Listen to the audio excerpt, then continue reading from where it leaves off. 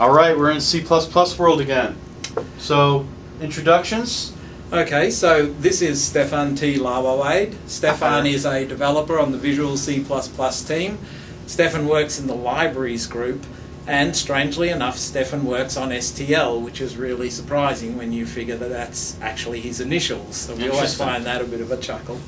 In the picture here, we have Mohammed Usman. Mohammed was our QA or tester for this feature. Mohammed's at the Canadian Development Centre, and so Stefan's never actually met Mohammed. I went up there one time for the day and had lunch with him.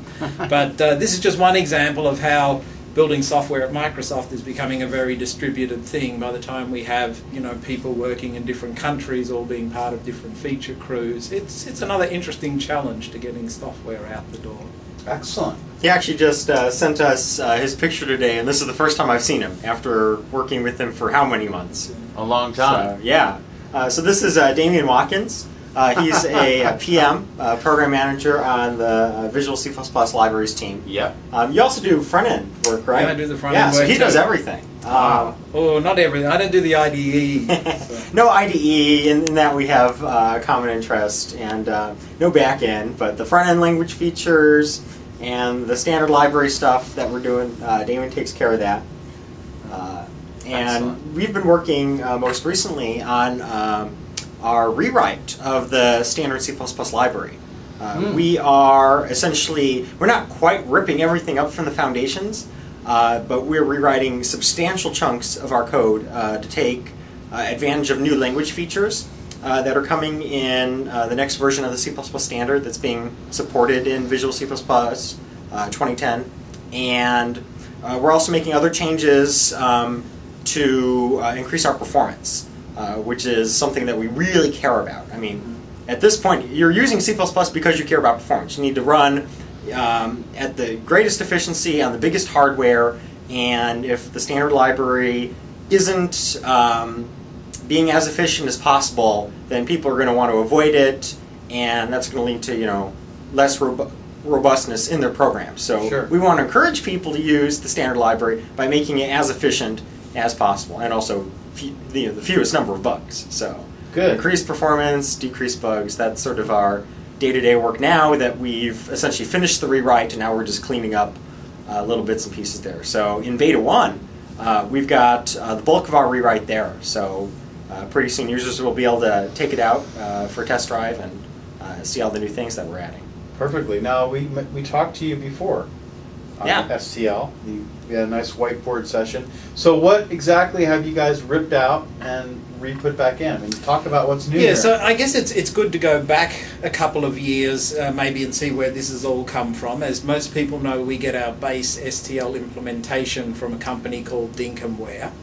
And for the last few versions, let's say starting with version 8, we got a version from them, and then we modified it. We added some functionality, etc., and so we started to diverge. And although it was done with the best intentions, it also had some negative consequences. So one you'll see, and we'll talk about later on, is that Dinkumware implemented their own switch for doing iterated debugging, and we implemented our own switch for doing iterated debugging. And then it very much confused customers, because customers were, well, which do I use, and when gives me the advantages like at debug time, and what's in there at runtime. It also, in a bizarre way, kind of confused our linker, because now you could build different translation units with these switches set different ways.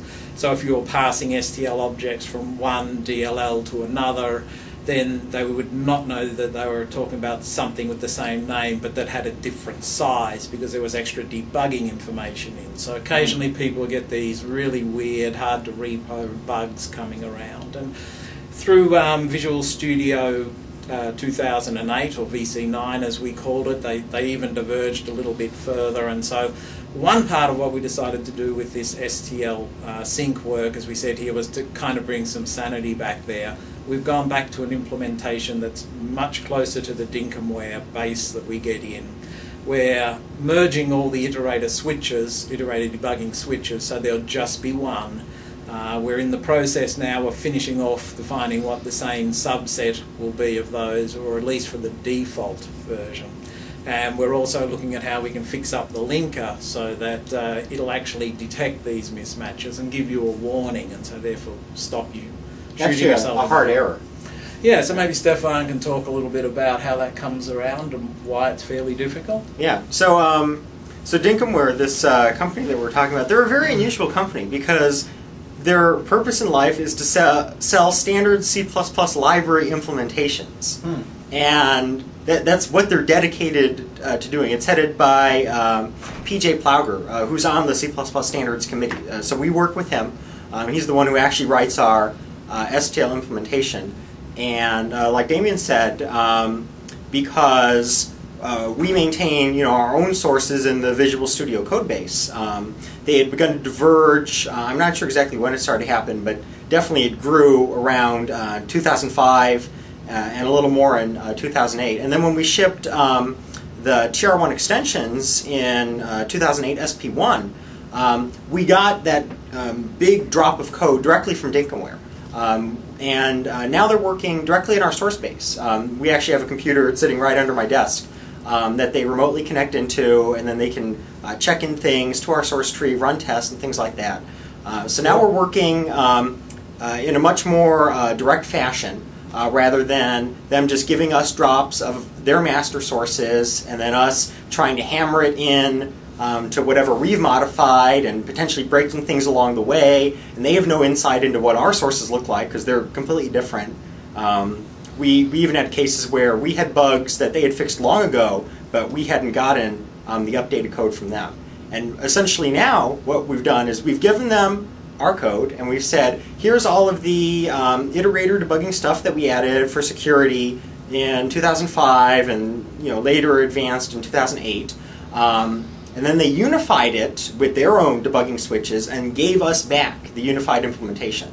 And so now we are in sync. We call it the STL Sync project internally with their master sources. But if you just look at what's changed between 2008 and 2010, it looks like a massive rewrite because the code bases diverged for so long and now they're coming back together. We're not really rewriting everything. It's just we're getting a new update from Dinkomware, and they've made 5-something years of improvements in the meantime.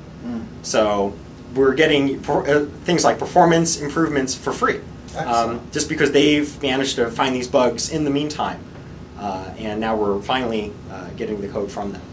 And another thing we tried to do with this sync was also look at the new C++ OX standard and see, well, what features could we add in the front end of the compiler, which we could then leverage in the STL work. So last time Charles and I spoke, we were talking with the PCP team, and they wanted us to implement lambdas so they could use lambdas.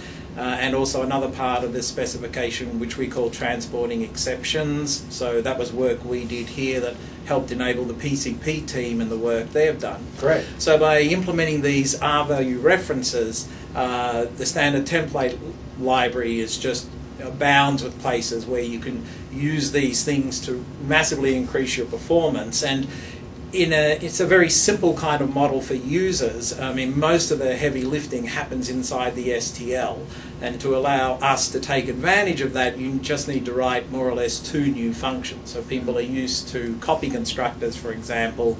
Now they have to get used to writing move constructors, and they're used to assignment operators, so they have to get used to writing move assignment operators. But if you write those yourself for your own classes, you can then put them into vectors and all these other STL types, and we'll automatically hook in and use those when we have to reallocate a vector, for example, and move all the elements from one side to another. We could spend a lot of time talking about those C++ OX features, but in fact we have already, to a degree. Stefan's done a couple of magnificent posts on our VC blog. 3 of them. Yeah, 3 actually. So the first dealt with auto, re-implementing of that, static assert, and lambdas. Yeah. And then the second one dealt with R-value references, and he's just put up the post on decal type. So we may tend to use them in some of the code examples that we show you, but if you'd like to get more details, you've got 2 choices. You can either go to the blog and read those, and we love to get your comments there, or we're sending Stefan out on the road, and he's going to BoostCon where he's doing 2 presentations or 2 sessions next week. So maybe Stefan can tell you what's in those. He was just working on the slide decks when I walked in. Cool. Yeah, BoostCon this year is being held in Aspen, Colorado, and Boost is an open source library project. Basically what happened when the original C++ standard was developed back in 1998, I guess that was 11 years ago, man. The members of the standardization committee that worked on the standard, they weren't able to get all the wonderful features that they wanted to in. Most of the core language features got in, but there are many interesting library components that they really wanted to get in the standard, but they just didn't have time to polish it up, and they needed to get something out, this decade, because all of these non-standard implementations were out there, Microsoft VC6 among them, and it was causing a lot of pain for users. So to get that standardized was important. So that's why things like hash containers aren't in the original C++ standard. And there's a very anemic auto pointer and things like that. So when that happened, the members of the committee, some of them got together and said, the next time we update the standard, it would be really nice if we could just point to some implementation of all these library features we wanted and say, look, users have been using this stuff for 5-6 years. They're well tested. The interfaces are well understood. We've really polished them up, and we can just incorporate those interfaces wholesale into the next standard. And that'll make our work a lot easier, and we won't have to try to hammer this out, design it by committee, and so forth. So they start up an open source library project called Boost, and it's grown to be very popular. It's basically a big collection of sub-libraries that work together. So you've got some hash containers, you've got smart pointers, you've got a math library, a graph library, things like that. And many of those have been incorporated into the next standard C++ OX as planned. Excellent. So I'm going to Boost the BoostCon convention next week, and I'm going to be presenting about the Parallel Patterns Library, which is done by the PCP team. Yes. Even though that's a separate team from the VC libraries, they're being shipped together. So I've got examples of how to use that with the STL. And the other talk I'm giving is about the C++ OX features both in the language and in the library, which is my own area. Excellent. Yeah. One of the questions I would ask, since on your blog you probably talk about implementing, how to use these new features. What was it like actually adding lambdas to C++? What was that experience like? Well, lambdas are a core language feature. So C++ is very unusual, as far as I can tell, compared to other languages. Although in this respect it's most similar to C. C and C++, they divide the language into 2 parts. They say, here's the core language, things like pointers and arrays and functions and whatever. And then there's a standard library that comes with the core language. And C and C++, for reasons of efficiency and generality, what they do is they try to keep everything out of the core language except what's needed to implement generic and efficient libraries. So that's why strings are not a fundamental data type in C and C++. Instead, in C you just have const char star, and in C++ you have the standard string class. Things like constructors and conversions and copy constructors have been added to the C++ core language that support the standard string class, but the core language doesn't know anything about standard string. So lambdas, they're a core language feature, and they're actually, there was a lot of debate within the C++ community about whether they were necessary. If you look at the Boost libraries, they tried to implement lambdas, which are unnamed function objects that you can just conveniently define whenever you need to, if you're sorting a vector of integers, by default it's sorted by less than. So you get 1, 2, 3, 4, 5. 1 is less than 2 is less than 3, and so forth. Or if you're sorting strings, less than compares lexicographically. So apple is less than bear is less than cat, and so forth. But what if you want to reverse the ordering? Well, then you could pass a custom function object that says, no, I want to order these by greater than, or by some other comparison, like comparing the lengths of the strings. And lambdas are a technique for defining these function objects in a very convenient manner. And at first, everyone tried to do it in the library. So Boost released Boost Lambda, Boost Bind, Boost Bind and Boost MemFun were then incorporated into TR1. And they are very convenient, and we were happy to ship them in 2008 SP1. But they also have problems. One is that you have to learn this new library syntax instead of just writing ordinary C++. And also because there's all this library machinery there, optimizers can be defeated. They see all of these data members being stored and they don't know how to inline everything. So although everyone tried to implement lambdas in libraries, eventually the shortcomings of that became clear. And that's when the committee said, you know, in the next standard we really need a core language feature to define these unnamed function objects. So lambdas are a core language feature. They were developed by, they were implemented in the compiler by our front-end developer Jonathan Caves. And I had nothing to do with it. Since I'm a library developer, I can use lambdas, although right now we don't in the standard C++ library, we just benefit. Interesting. But we didn't implement any part of that. Whereas with other features like R-value references, there is a core language component where it defines the semantics of things like trefref. And then there's the associated standard library chains, where changes where vector gains things like move constructors and move assignment operators. And that's what PJ Plauger of Dinkumware and I have been working on, the library changes there. It's excellent.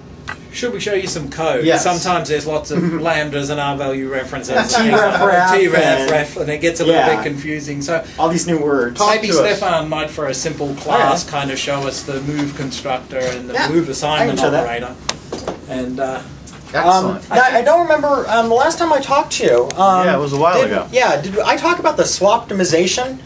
Swaptimization? Yeah, I love inventing new words, and That's a really good one. yes, as far as I can tell, I was the one who invented that. You on the coined that internet. one. So I'm Apparently, that's what searches tell me. Great, now you're in frame nicely. Okay. Okay. And so in VC9, we had this idea of, say you've got a vector event. Okay. And so this thing, let's call it, V. I need more space here. Here's V. And it contains a bunch of elements, and each of these elements is a vector like this. So you could use this to implement a ragged matrix where the rows are different lengths, or a square matrix, a rectangular matrix, where the rows are all the same length. It doesn't really matter. So this could be 4, 5, 6, 1, 2, 3, 4, 5, and there's nothing wrong with this. It's perfectly valid. It's wonderful to use in C++. But what happens when you start pushing back additional vectors into your matrix? Well, eventually we're going to run out of space. There's a certain number of elements here. This is V size, and it has capacity to store a few more elements. So if you push back a couple more vectors, we can store the vector objects in this remaining space here, and then they have these dynamically allocated buffers, and everything's good. But what happens when we run out of capacity? Well, then we need to reallocate. So then this vector needs to get a new memory block. It's even bigger, lots and lots of elements, and it needs to move this stuff over from the old memory block. So it would copy this first element. This would be V of 0. It needs to copy this subvector over to the new memory block. So we've got to allocate a new chunk of memory, put 4, 5, 6 here, and then do the same for the next vector, the subvector, and so forth. And then once we've copied everything over, then we can free all these individual guys. So we're calling Windows heap free. And then we can free our old memory block, and now we have lots more space to go push back more elements.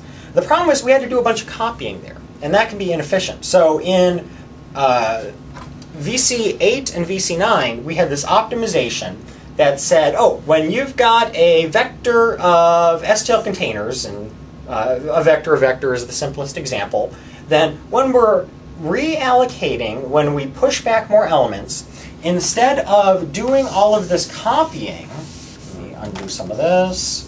Here's our old one. Here's our new one. we've got all these subvectors here. Say here's 4, 5, 6. Instead of copying this memory block over and then eventually freeing this, that's kind of silly. Instead, we can default construct this vector in the new memory block, so it just owns nothing, it points to null. And this guy here points to 4, 5, 6. And then we can just swap them. So we would make the new element 0 point to this memory block, and make this one point to null. And then when we go, and so no memory allocation, no freeing, and then when we go to get rid of the old memory block, all we need to do is dump this, and all of its pointers are null, so we don't need to do any freeing there. Okay. And this can be very efficient. And we had to do, this machinery was actually kind of brittle. We had to use template machinery to annotate STL containers like vector and list as supporting this fast constant time swap, and then we had to take advantage of it. So I call it the swaptimization. And the thing is, it wasn't. You can see why we don't let him name products, though. Exactly. Yeah. We'd end up with Visual Studio 2010 Most Triumphant Edition, Galaxy Class Edition. Excellent. Most excellent, yes. But this isn't generic, because if you're a user and you have your own type, even if you had a very efficient constant time swap, you couldn't annotate it to take advantage of this. We actually fixed that in SP1. So in 2008 SP1, if you know all of the right almost undocumented machinery, I documented it once in a blog post, you actually can take advantage of this. But it still requires explicit action on your part, and the machinery is pretty rather brittle. So in C++ OX, new standard, things are different.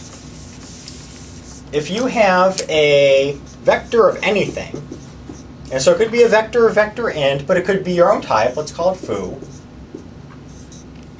v. And say v has got, say 4 elements, and your foo's own memory. They own lots of memory blocks. And you push back a 5th element in your vector, which has run out of capacity. We need to allocate more space. In this case, we would allocate 6 elements.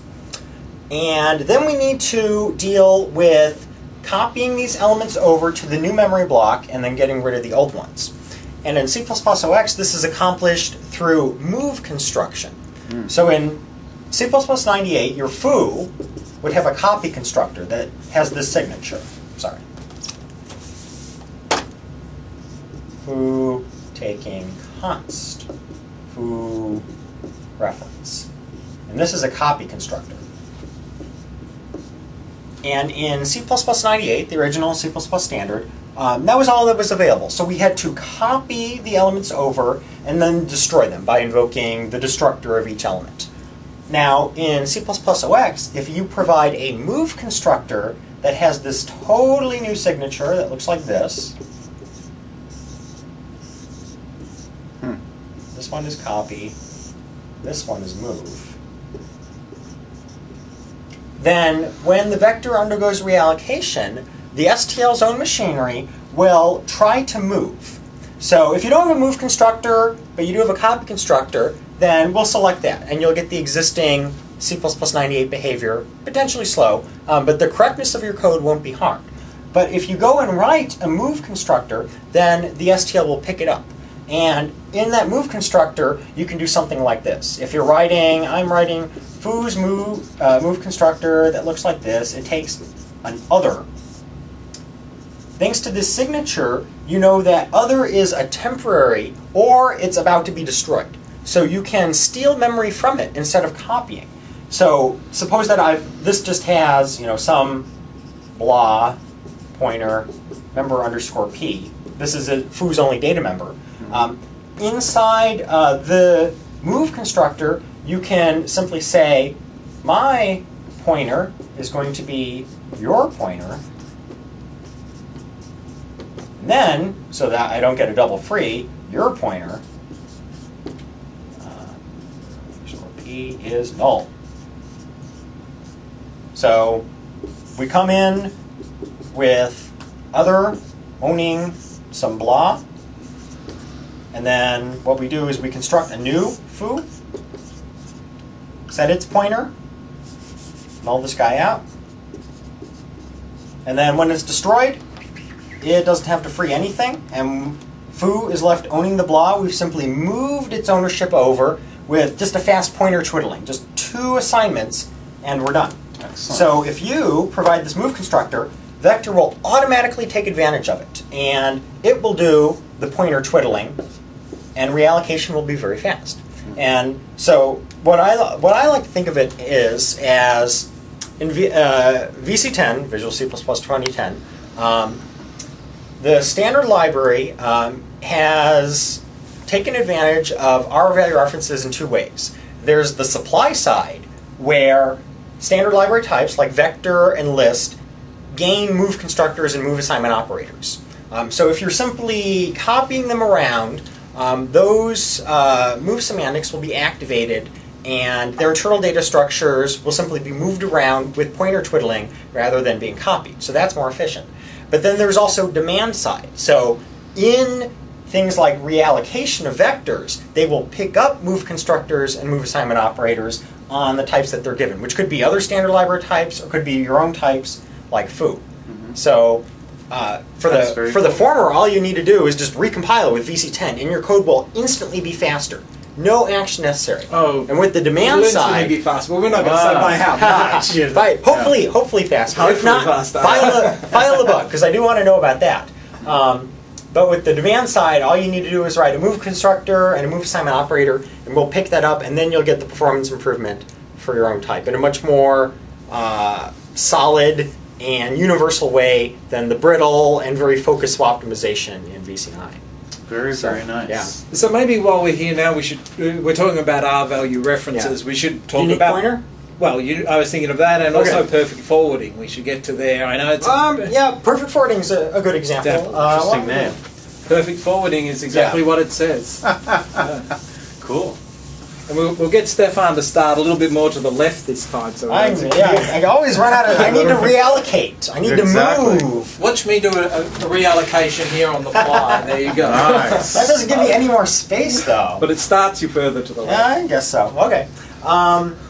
So with perfect forwarding, this is a C++ OX technique that's also powered by R value references. And this is very unusual, that a single core language feature, just the R value reference, trefref, is enabling both move semantics and perfect forwarding. Completely different things. Move semantics is all about, I want to optimize things by just twiddling pointers and moving blocks of memory around instead of copying them.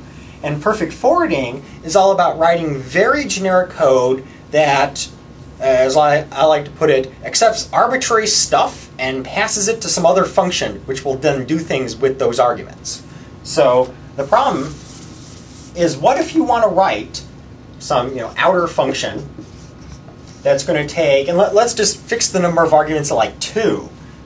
So some argument A and then some argument B, and then I'm going to call an inner function with A and B, like this. And let's make it really simple, and let's say we don't even care about the return time. It's just always going to return void. And we're living in C++ 98, old school.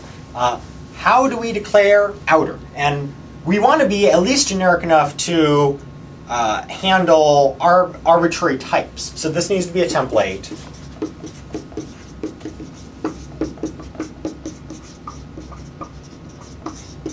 Type name B.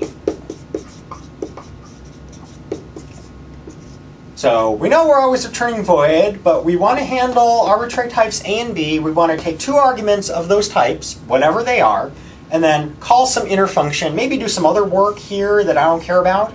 But the core thing that this is doing is calling some inner function. So how do I declare these guys? Well, I could write this. Const A reference, const B reference.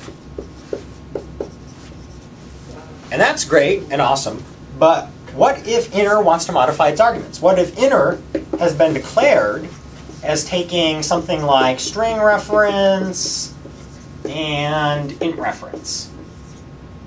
Okay. And then I try to compile this, and I am calling outer with some string stir and some int like n. So outer will compile, and it'd say, oh, I'm going to take const string reference and const int reference. Then I try to call inner. And I try to pass these const references to inner, which wants to modify them. Ooh, const correctness violation. No, no, no, this will not compile. You can't drop constness because the compiler says, oh no, you could be trying to modify this. So that's bad. So we can't say const a reference. What if we try to get rid of that? Like this. Okay. So now we can call things like outer of stir and n. Here, template argument deduction will kick in and say outer is going to take string reference, and yeah, this is a non-const string, it's perfectly good, and it's going to take int reference, yep, this is an int, and just pass them to inner, which takes the exact same things, everything compiles. So that's great. Then I try to call outer. Well, now imagine that I have a different inner function that looks like this. Sort of the reverse. String, reference, constant reference. Or just int, by value. Okay. And now I try to call outer with foo and 1729. So if I were calling inner directly, this would work just fine. I would create a temporary string and bind it here, and of course I can pass 1729 as an int. But what if I try to call outer and have it forward these arguments to inner? Well, what's going to happen is, let's just ignore the string there because that's a whole other issue. What happens when template argument deduction runs here? The compiler says, 1729 is an int. So I think b is int. I'm going to end up taking int reference. Uh-oh, I'm trying to bind a reference to a modifiable int, and I'm trying to bind that to just the number, 1729. This will fail to compile, or emit a warning. There's a horrible extension here that I'm not even going to mention. Because you really shouldn't be allowed to modify just some integer, and in this case a temporary, that's going to evaporate as soon as the function call is over. So no matter which way you try to write outer, whether const a ref or a ref, you can't get it right with a single declaration. Now there is actually a way in C++98 to get this right, and that is by overloading. So if you write one overload of outer that looks like this, and then another one that takes const a ref and b ref, and another one that takes a ref and const b ref, and another one that takes const a ref and const b ref. Maybe you write these out by hand, or copy and paste, or stamp them out with preprocessor macros. This will actually work. Overload resolution will kick in, and we'll select the right one, and that will forward to inner as if you had called inner directly. Now there's a problem with this, and the word for this is exponential. We have 2 arguments, and yet we end up with 4 overloads. If we had 3 arguments, we'd end up with 8 overloads, and that quickly becomes unsustainable. Absolutely. Yeah. So in C++ OX, with the magic of R-value references, I'm not going to try to describe the rules that power this, because for that you really need to read my blog post, which explains everything. Just sit down with for an hour and read it. But the rules powering it are complicated. Okay. However, once you sort of understand what's going on there, using them is very simple. If you want to write a forwarding function that takes arguments, I don't care what types they are, and passes them to some other function, then you do it like this. You say template, type name A, type name B. I'm running out of space again. You see merging over to the right. Maybe we should, yeah. And then I have some return type, and then here's my outer function. I want to take arbitrary A, and the way we write this in C++ OX is A ref ref, named A, and then arbitrary B, B ref ref B. And then I want to call my inner function But I can't say just A and B. I have to say forward. And this is a helper that lives in namespace standard from the header utility. I want to forward an argument A, and then I want to forward an argument B. This is just sort of boilerplate. Once you write it once, it becomes very simple to write. And then this single template will work with any arguments, and they'll be passed to inner, and this will either compile or not, exactly the same as if you were calling inner directly with these things. So that's perfect forwarding. And so you might ask, okay, well that's awesome, except why would I ever want to write some outer function that just called inner? And my favorite example of this is MakeShared. And this is a standard library feature that is being added to VC10, Visual C++ 2010. And so the problem is sort of threefold. In VC9 SP1, or I guess they call it VS218, if you want to construct a shared pointer, and I remember talking about this the last time you were here. Absolutely. Say I want to construct a shared pointer to a string.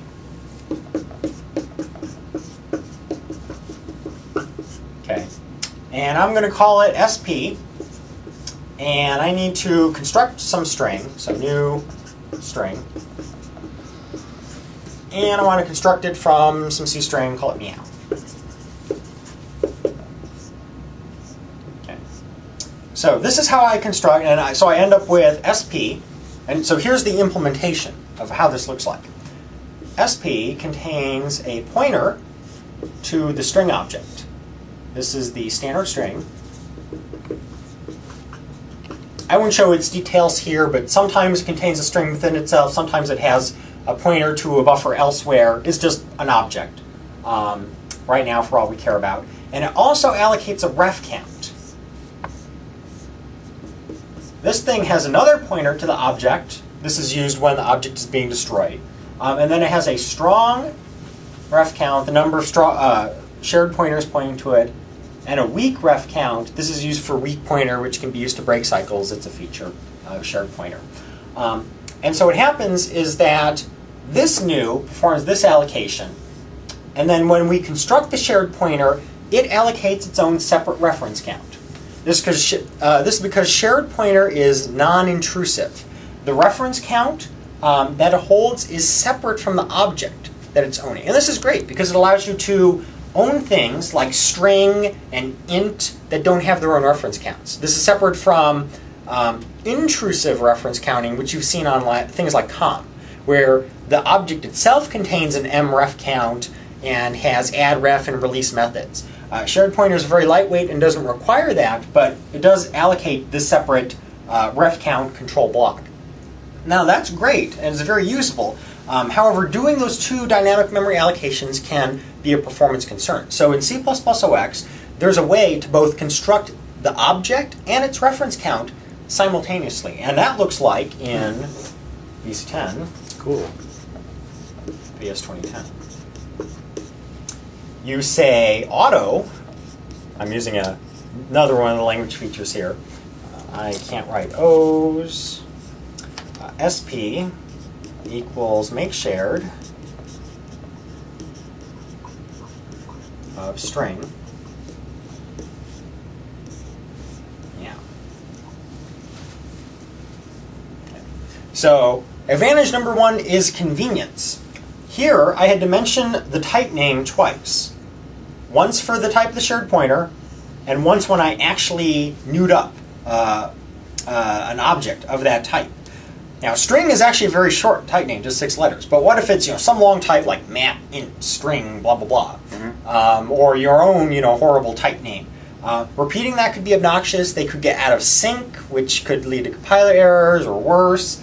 Here, I only mention it once because I'm both constructing the object and the shared pointer to it.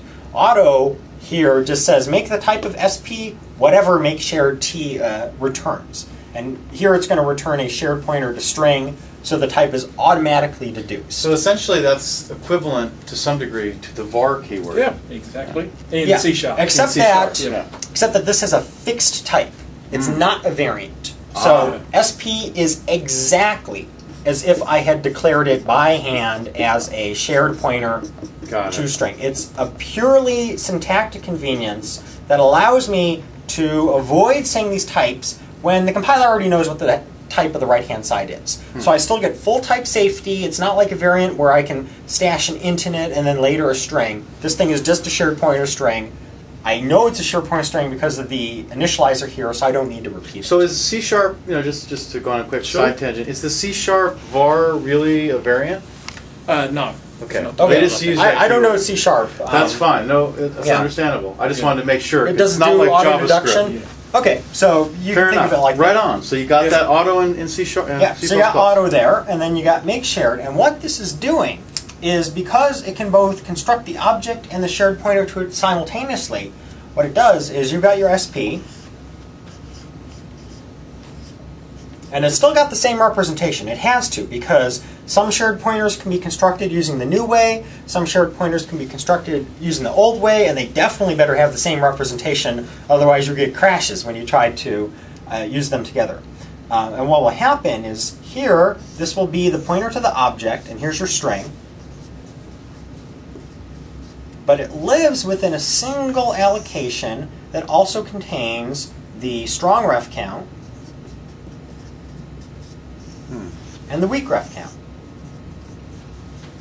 And then this pointer, which points to the control block, also points here. Technically, this points all the way inside to the string, but it's the same address basically.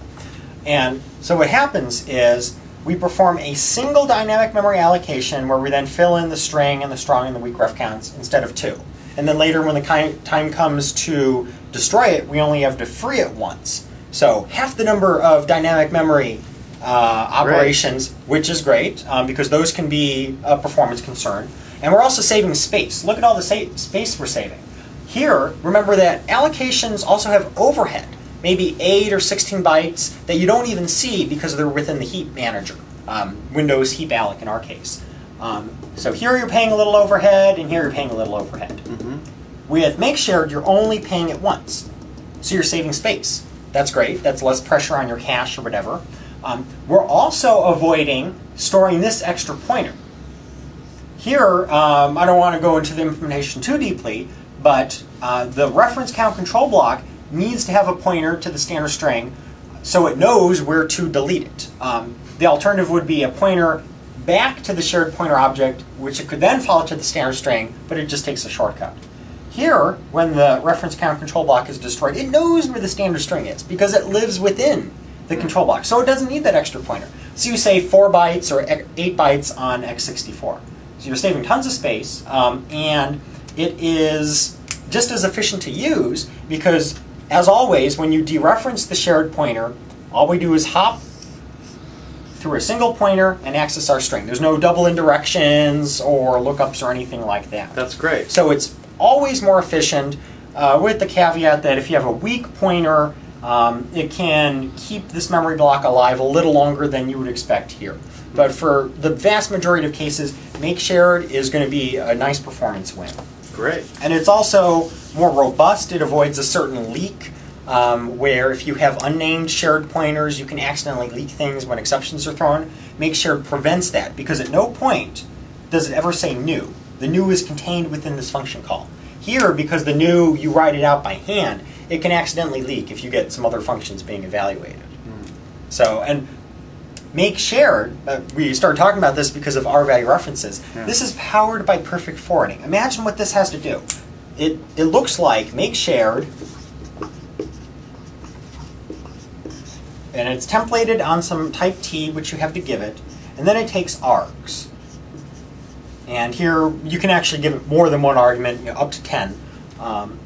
And what it does is it needs to forward these to T's constructor. It needs to call new T args, and then it also needs to new up a ref count control block of some type I won't mention, and then concoct a shared pointer and then return that to the user. This is perfect forwarding because we're accepting arbitrary arguments. We don't know what t's constructor is going to take. Then we're actually going to pass it to some inner function, in this case t's constructor, and we don't want to trample on those arguments at all. We want to preserve constantness and all those other things and not care about what t is actually taking. And so make shared signature is powered by R-value references, and that's why it's in VC10. So do you kind of see that from the very first example, it all looks a bit trivial and contrived, but by the time you get down to here, and you write a single line of code, and then you realize the machinery going on behind that to create this shared pointer and get the types right. And to the user, nothing can be simpler than that line there. Yeah, they had to do less typing in the end, less repeating of the type name. They just say auto to declare the shared pointer. So Stefan, I have to ask the question that probably Charles was going to get to, and that's when you said you can do this up to 10 arguments. Yes. And of course, that's a horrible thing to have to say. Are we going to solve that problem? Yeah, well, the 10 is not quite infinity. It's actually very different from infinity. Although as far as programmers are concerned, when you're writing source code, 10 arguments is a lot of arguments. Agreed. Now, unless you're writing Office. Yeah, or something that's automatically generated. Yes. And actually, C++ OX has a way to solve this problem. So I'll erase some of this. Okay. But we should say this is not a C++ OX feature that we got to do. So Yes, unfortunately, it has a sad ending. Well, a sad happy ending. Yeah. So Happy sad. In C, you're familiar with variadic. I'll write it out because it's a weird word. Arguments. Or var args. Yeah, var args. Okay. And this powers things like printf, where you've got some format string, you have %s or %d back in, and then 5 or something. So this is completely not variadic arguments. How variadic arguments work is they essentially involve a pointer to a bunch of stack space, and then they say, I want to read the first 4 bytes of the stack space, and this is totally going to be an int. It had really better be an int because I'm going to read it, and then I'm just going to treat it as an int. So this is responsible for the pretty well-known jagged middle edges of printf, where if the variable number of arguments that you pass it don't match the format string, like you say %d to print out a decimal integer, but instead you give it a string, this will crash or do other horrible things. Or vice versa, if you tell it you're going to give it a string and instead give it an integer, it's going to crash or do horrible things. That's because there's no type safety whatsoever. The variadic arguments are simply saying, here's a pointer to the stack, and start picking off arguments according to the format string. Now, if everything matches, you're good. Everything's well defined. But really, it's not type safe, and it's not extensible. You can never give some user-defined type to printf and expect it to work. In fact, if it is not if you have a type that's not plain old data, if it has a copy constructor or a destructor, then you can just never pass it to any variadic argument function because it's not invoking copy constructors.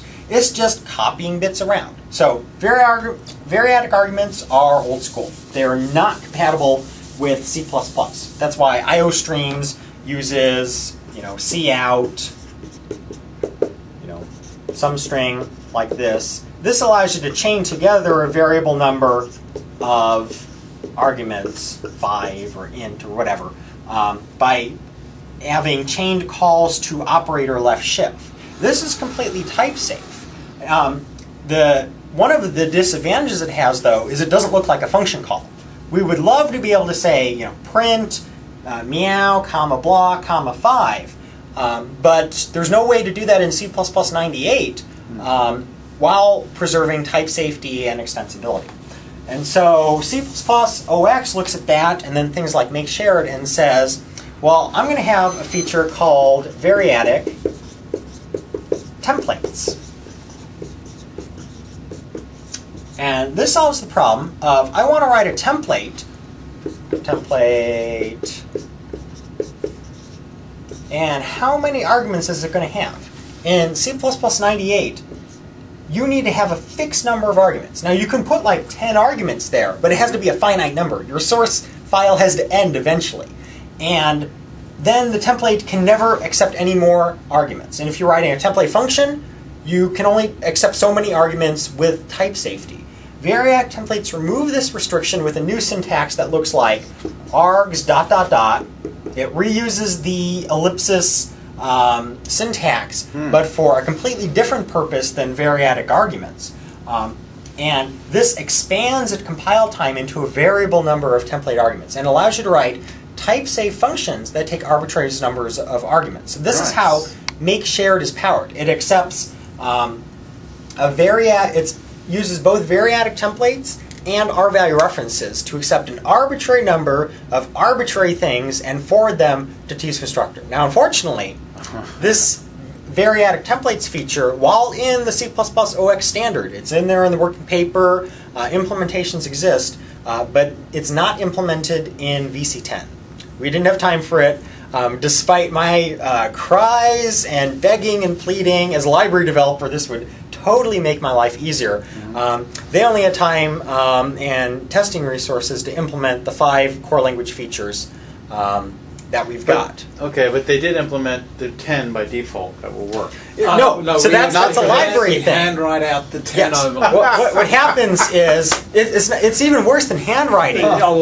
We stamp them out with preprocessor macros. So and we were actually doing this as far back as 2008 SP1. We're simply continuing to use that machinery and extending it in VC10. So when we declare something like make shared, we're actually, we use preprocessor macros that look like, let me remember one of them, looks like AO, A1, forward. And this will expand out to something like forward, arg0 of A0, comma, and then forward, arg1, A1, and so forth. Okay. Up to the number of arguments that we're trying to stamp out. And then we will repeatedly include subheaders and change the macros so that we can stamp out all 10 overloads while keeping at least some degree of sanity in our code base. But it's rather brittle. It's hard to understand. We try to make life very convenient for the users who don't need to know about any of this stuff. But you, the library writer, wanted variadic templates. Yes, we really would love to have see immediately you'd be able to write, you wouldn't have to do just that. a single definition, and the compiler would have done it all in its head. Yeah. I must admit, it was also the PCP team. They have overloads, and the function will come back to me in a second. Parallel invoke. Parallel takes invoke. 2 to 10. 2 to 10, and they have to do the same machinery, and it's really quite pointless, and it's something we'd like to fix. But we have something to look at for the future now. So that's well, the thing is, we have a workaround, and given the choice between R-value references and variac templates, I would rather have R-value references because they are just simply impossible to simulate what they do in C++ 98. Whereas with variac templates, as long as you're willing to accept that 10 is infinity, you can stamp out things with preprocessor macros and muddle through it. Whereas with R-value references, what they do just can't be replicated in the old language. Yeah, and I think from a design guidelines point of view, passing in more than 10 parameters is a little strange. it's probably a bit questionable. Except most in times. generated code. But Yeah. Agreed. Excellent, man. So let's talk about, before we leave, like, you guys have a lot of internal consumers. we have a lot of internal consumers, which is a great thing because every time we do something, if we get it right, we don't hear about it. But if we get it wrong, we hear about it pretty quickly. Yeah, or we break the Visual Studio build, which is awesome. We have to go fix 100 files because they forgot to include iterator. That's one of my favorites. Yeah, so that's actually something we should mention just because Stefan's brought it up there. I mean, with the re-implementation of our STL code base, which we got from Dinkumware, I could say it's become a little more standards compliant. Maybe that's not the right terminology here. But for example, the standard doesn't tell you in what order you need to include many of the header files, nor which header files include other header files and things like that. And so what we've found is that the new implementation has broken a few people because they would have picked up the iterator header file by default previously from including some things, and they're not now. So that's one caveat we'd like to warn people when you get your first drop of VS 2010 Beta 1, and you go out there, then that's one bug. We've found a couple of other minor ones too. Well, the iterator one is sort of the heaviest hitter that we've seen just throughout our own Visual Studio code base, and what it looks like, it's really simple, but it manages to bite a surprising number of people. Suppose you're using the STL and you're including something like, I don't know, algorithm seems to be a common occurrence. And then you're including vector and all that good stuff, and then you want to do something like copy from some vector begin to some vector end, and you want to insert this into the back of some other vector. So you say back inserter, and then some destination vector or list or something. And in VC9, this compiled just fine. And then when you try to compile this in VC10, it explodes, saying, I can't find back inserter, or in the midst of 100 lines of template nonsense. And the problem is that you didn't include the header where back inserter lives. And in VC9, algorithm was dragging in iterator. The standard headers include each other in unspecified ways, so they can include each other, but the standard doesn't say that they have to or which ones include what. So algorithms simply happen to drag in iterator, and I'm just using algorithm as an example. They happen to drag in iterator in VC9, but because we've completely rewritten how some of this stuff works, in VC10 it no longer automatically drags an iterator. So if you don't end up including it, then trying to use things from iterator will simply fail to compile. And the fix is just explicitly include iterator.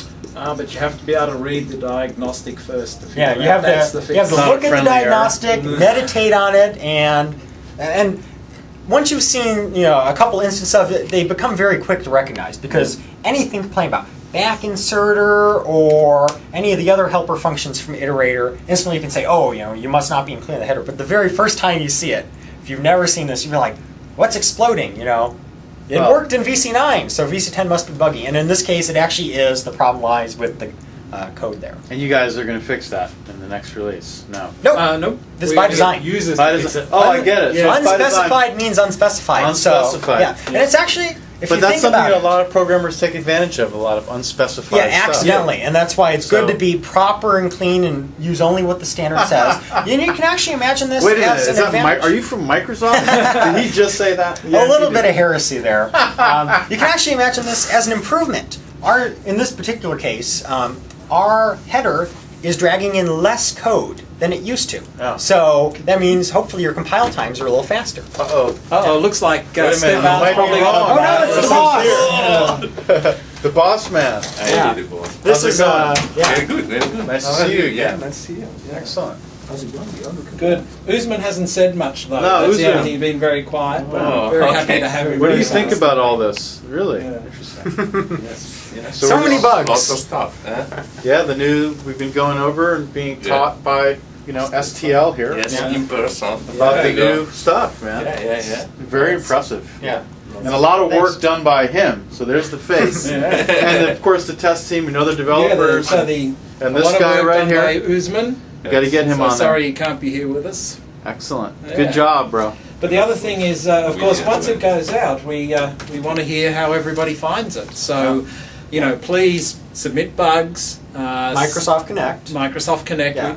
I know it sounds funny, but we do love to get bugs. They And- actually land directly on, after going through our internal process, directly on the plates of developers. So if you've got a standard C++ library bug and it goes through our initial triage and they verify that, yep, this really is a bug, it's not, user errors, Yeah. misconfigured installation or something, it'll be assigned to me. And I will see it, and then You'll I'll fix it. determine whether Oh. is it. Well, I of course You'll I'm try going to to look fix it. myself and see is this actually a bug, and then I'll go and fix it, or Wow. send it to Dinkomware and have PJ Plowder really fix it. Yeah. Right on, man. Yeah. Excellent. But yeah, the only thing we didn't touch on, I think, was decal type, wasn't it? The whole Well, throughout yeah, the- That's decal type, true. and then there's so we many talked other. about that in the interview with the PCT people, remember? Yes, we did, At because the they have very some end. amazing looking code which uses Yeah. decal type Yes. and things like that. Very cool.